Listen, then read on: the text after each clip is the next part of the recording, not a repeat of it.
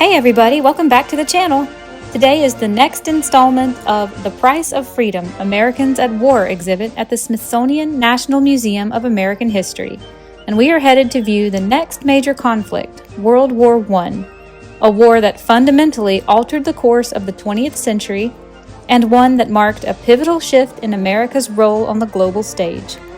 In the last few videos, we explored how the United States emerged from its colonial beginnings through wars of independence and territorial expansion, and how the states survived the Civil War, a conflict so devastating it nearly tore the nation in two.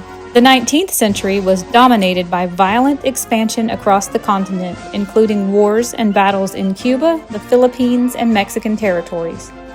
By the dawn of the 20th century, the United States was still growing rapidly, economically, militarily, and diplomatically.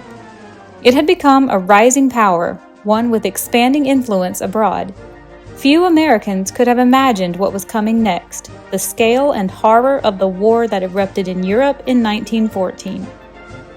World War I began with the assassination of Archduke Ferdinand of Austria-Hungary, but the causes ran far deeper.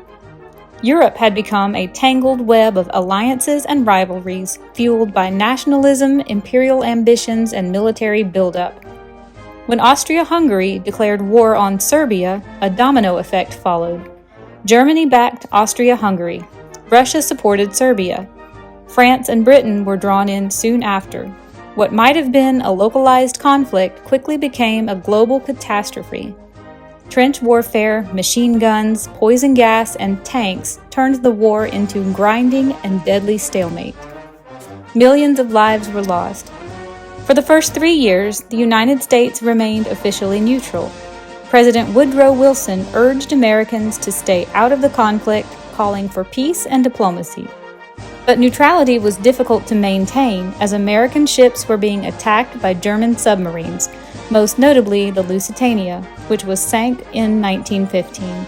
Over 100 Americans lost their lives, and tensions only continued to rise. In early 1917, British intelligence intercepted the Zimmermann telegram, in which Germany promised to help Mexico reclaim U.S. territory if it joined in the war against America. Just 2 days ago, we talked about America's wars of expansion, including helping ourselves to large swaths of land previously colonized and governed by Mexico in the Southwest. This telegram, combined with renewed attacks on U.S. vessels and growing pressure to defend democracy abroad, tipped the scales. On April 6, 1979, the United States declared war on Germany. This exhibit is fairly small in comparison to some of the other wars we have covered and will cover, but the conflict it represents was monumental.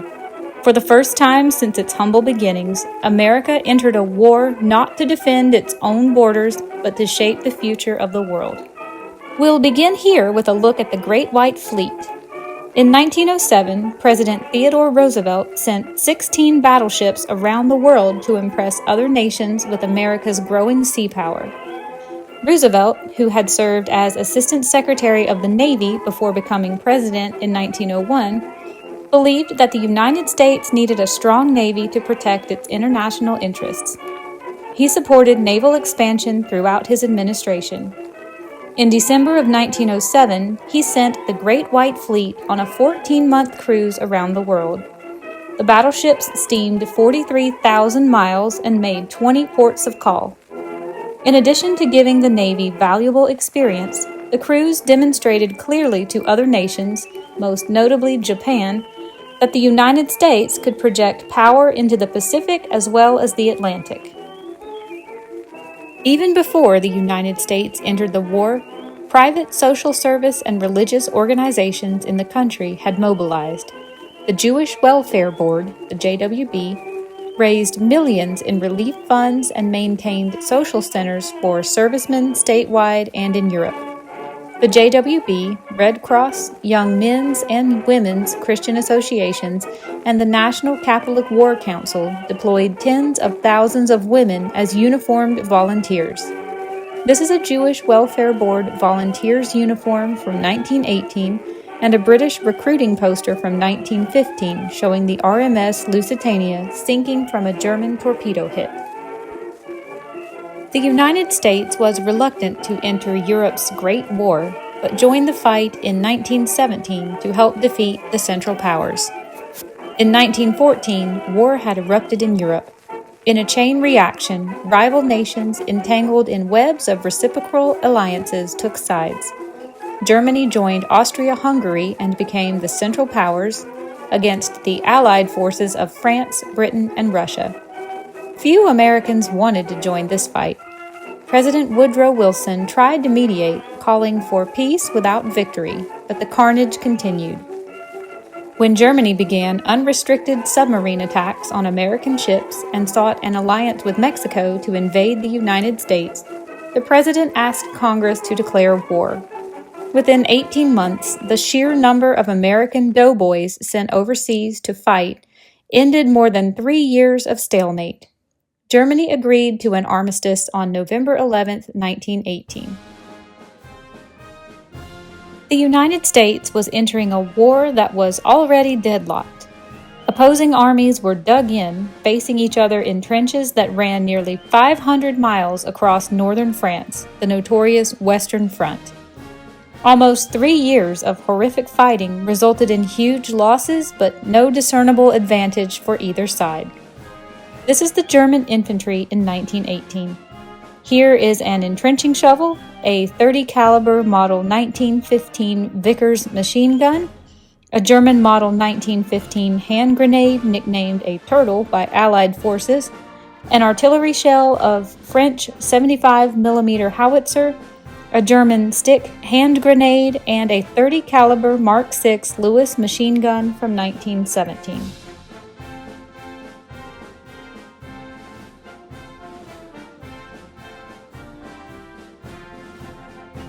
Framed posters left to right are a workplace poster from 1918, a Liberty Loan poster from 1918, a recruiting poster from 1918, and sketches on the walls done by Harvey Dunn, George Harding, and Harry Townsend.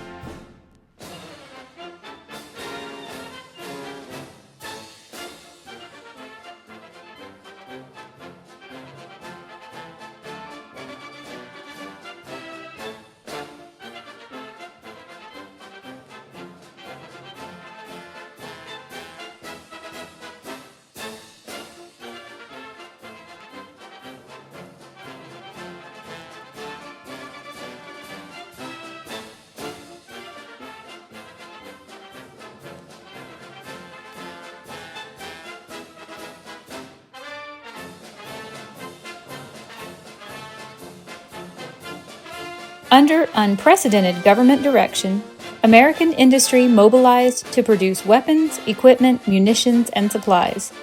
Nearly 1 million women joined the workforce. Hundreds of thousands of African Americans from the South migrated north to work in factories. This image is of people making shells at the retooled Maxwell Motor Plant in Detroit, Michigan. After 3 years of uneasy neutrality, the United States had finally entered the war in Europe. The U.S. declared war on April 6, 1917. In part, the nation was responding to the growing threat against its economic and diplomatic interests, but it also wanted, in the words of President Woodrow Wilson, to make the world safe for democracy. The first contingent of the American Expeditionary Force, the AEF, commanded by General John J. Pershing, reached France in June, but it took time to assemble, train, and equip a fighting force. By spring of 1918, the AEF was ready, first blunting a German offensive at Belleau Wood, then driving back the German lines until the war ended.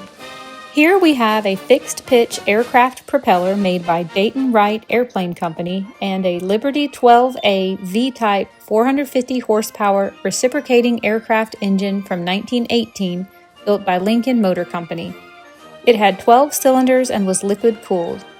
Also here is a Yeoman F uniform, a field telephone, and Cher Ami, one of 600 carrier pigeons deployed by the U.S. Army Signal Corps. Cher Ami was awarded the French Croix de Guerre with Palm for his heroic service.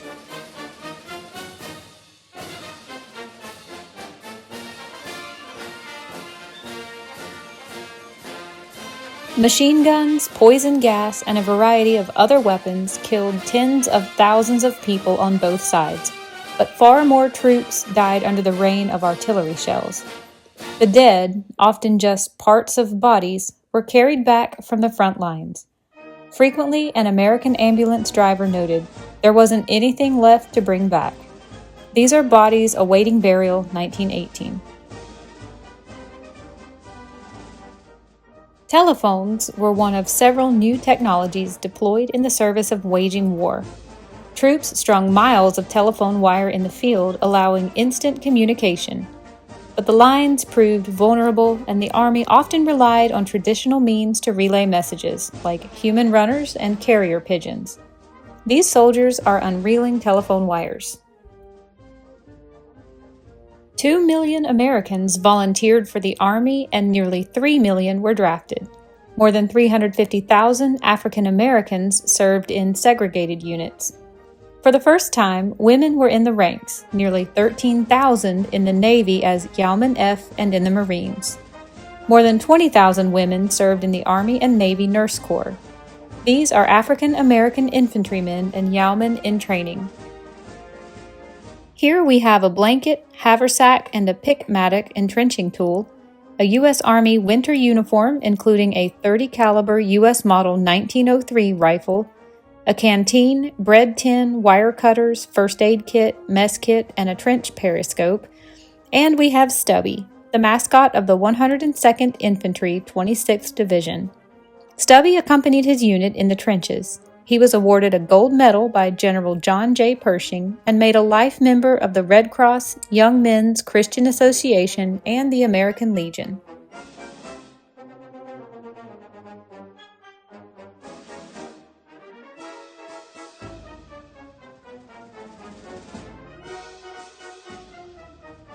Advances in hygiene and the rigorous use of antiseptics during surgery saved the lives of many soldiers who might have died in earlier wars.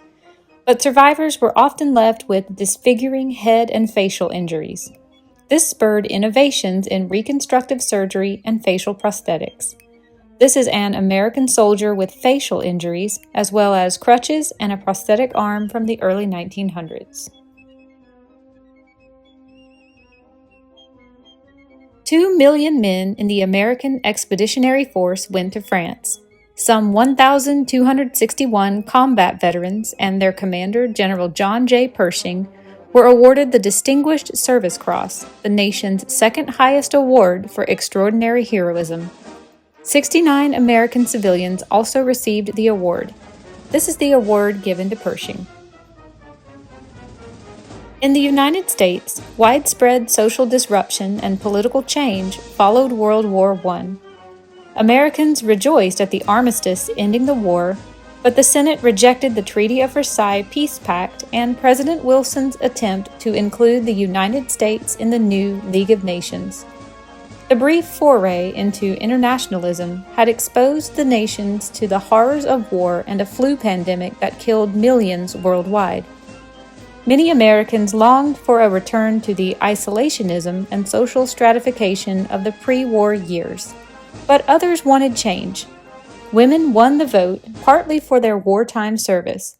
African Americans wanted to keep opportunities gained during the war, but they had little success.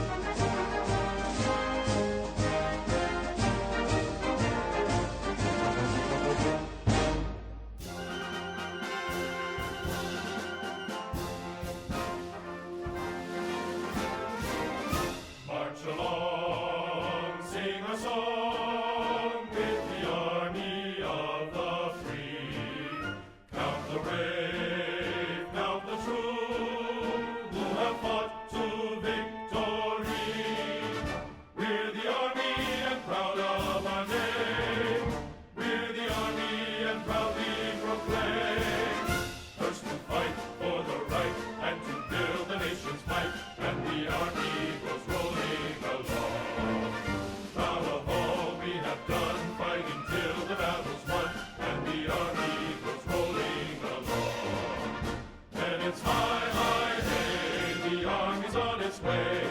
Held off the cages loud and strong. For wherever we go, you will always know that the army goes rolling along. Alright guys, that is the end of the World War I part of the Americans at War exhibit, and as we end this video, it's worth reflecting on just how much this conflict transformed both the world and the United States. For most of its early history, America had remained relatively isolated, focusing inward on building itself up, wrestling with its identity, and expanding its borders. But World War I changed all of that, and for the first time, the United States entered a truly global war, not just to defend its own interests, but to shape the outcome of a much larger conflict overseas. And in doing so, America stepped onto a world stage as a rising power, one whose military, industrial, and moral voice could not be ignored. The war was brutal, both in its scale and its innovation.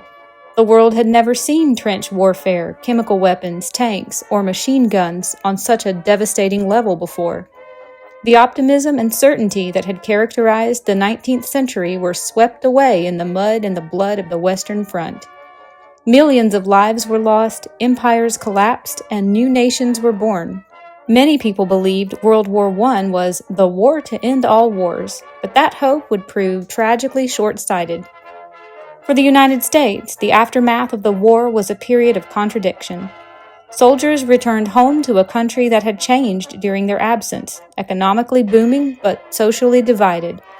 The Roaring Twenties brought prosperity for some, but also cultural clashes, racial violence, and the seeds of future unrest. The Treaty of Versailles, which officially ended the war, imposed harsh penalties on Germany. Many historians now agree that those terms helped sow the bitterness and instability that would eventually give rise to the Nazi Party and Adolf Hitler. In trying to secure peace, the world may have inadvertently set the stage for an even more destructive war. Meanwhile, the United States, despite its newfound status, chose to retreat from global leadership in the 1920s and 30s. Isolationism returned, and with it, a reluctance to intervene in foreign conflicts. But the world did not stand still. Fascist regimes in Germany, Italy, and Japan, expansionism, and ultranationalism took hold. And when the global economy collapsed during the Great Depression, many countries turned to authoritarian leaders in search of stability and power. World War I taught the world about the terrifying potential of modern warfare, but it had not solved the problems that created it.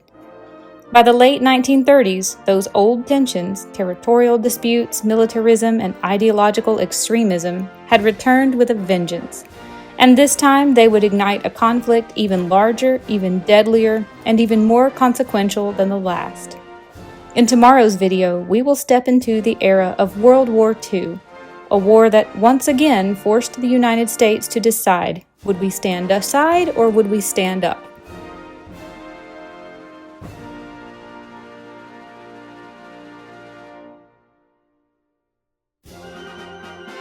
If you're still watching this video, thank you so much for being here and exploring this history lesson with me.